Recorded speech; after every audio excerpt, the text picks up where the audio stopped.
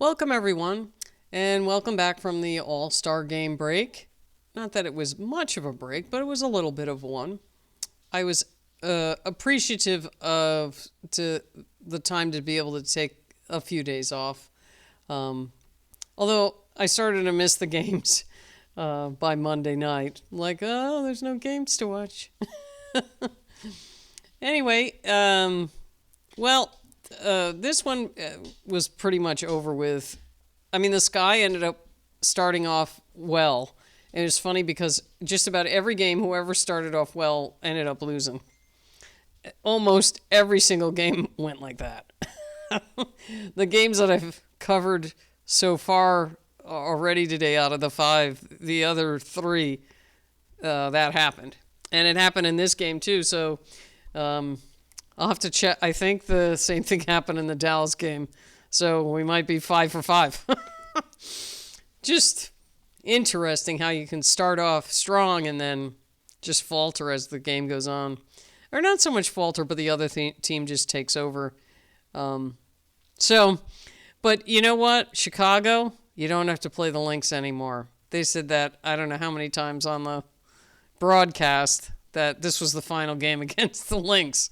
So, it's hard to beat them. I mean, they were in such a tough stretch, and you got them once, and they're really hard to beat. So, you did get them that one time. So you should be, I'd be happy with that, with, beating the Lynx once, because they are a very tough team. So the Lynx end up getting a win 91-68. And like I said, Chicago went out strong, 24-18 first quarter. And then the Lynx outscored them every other quarter. So 29-14 in the second, the Lynx 23-12 in the third, and then 21-18 to get the 91-68 point victory. So Minnesota is now 21-4. Chicago is 7-16. And let's see, they'll have a look here. So Chicago had 3 players in double figures, and only 8 people played. they have Atkins out, and you lost Courtney Vandersloot. She could have really helped you this year with Chicago. Having a veteran point guard really could have helped. But they're still, I think Chicago's going to fight for that last playoff spot. I mean, that's kind of what I'm thinking is going to happen for Chicago.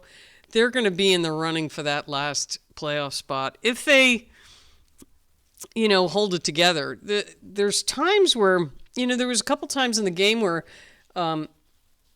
it wasn't just one player, but on this particular one, it was like Cardoso went to go to, and I think it was Phee or Alana Smith just knocked it right out of her hands.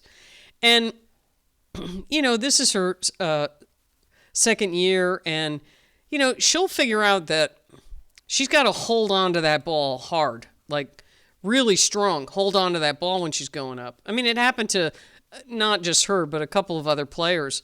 And, it's one of those things that the veterans know. And, Phee was one of those ones that was just knocking it right out of players' hands. And, I think it's just something you learn as you go. So points in the paint, Minnesota 36-28 over Chicago. Fast break points 18-7, biggest lead 24.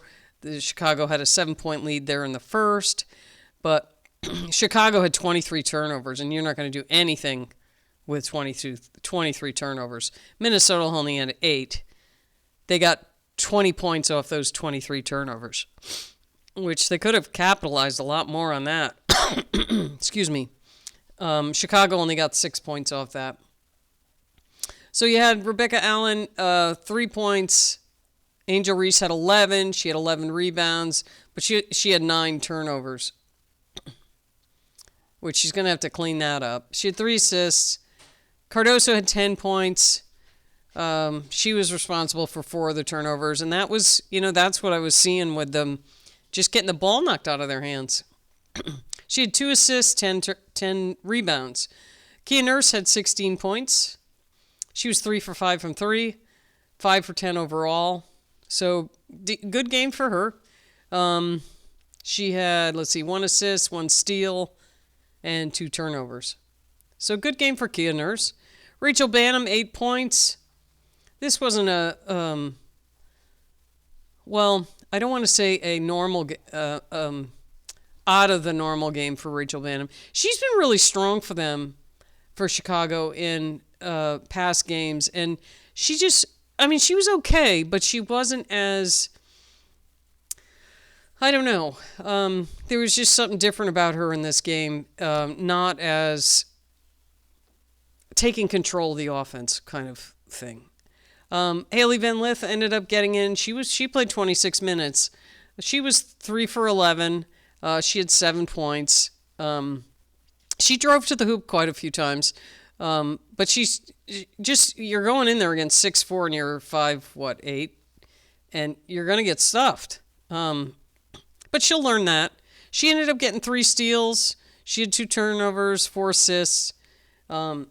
Elizabeth Williams, only 4 points. They need more out of her down low.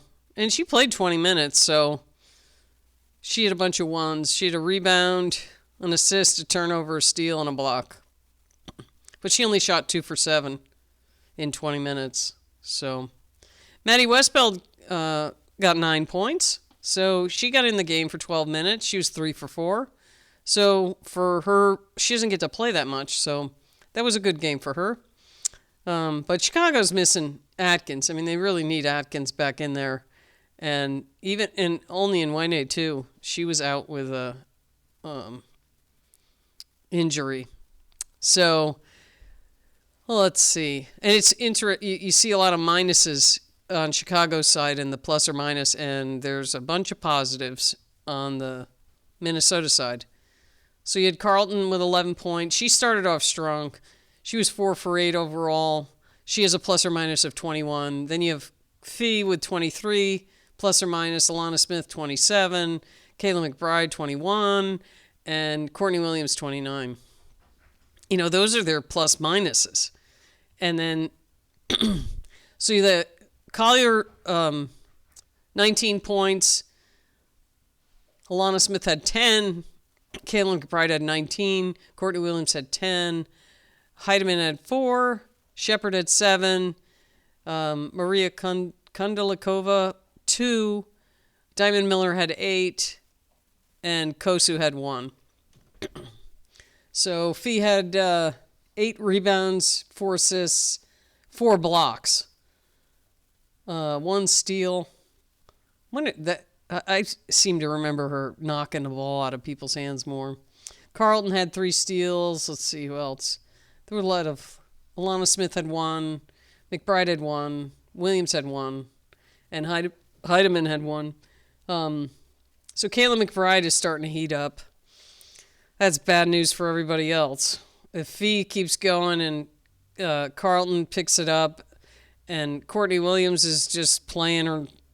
She actually shot bad in this one. She was only 3 for 11. But if Kayla McBride starts heating up, you know, the rest of the league's in trouble. She was, you know, her and Phee were their leading scorers at 19 points apiece. Let's see what the shooting percentage. Chicago shot 39%. Minnesota shot 44%. 31% from 3. The Chicago actually outshot them from 3-point range, but Minnesota took 29 shots, made 9. Chicago only took 16 and made 7. Rebounds. Chicago out-rebounded them 36-31. So, anyway, this one was pretty much a blowout as of the second half. But Chicago just needs everybody there, and they need to hold on to the ball. You know, no turnover. The turnovers are, but you know what? Minnesota's really good. Don't take it too bad. I mean, Minnesota's really good, and you don't have to play them unless you meet them in the playoffs. So keep your chin up, Chicago. And Minnesota, you are the cream of the crop for this league. So, okay, That's all I have for this one, and we'll see you next time.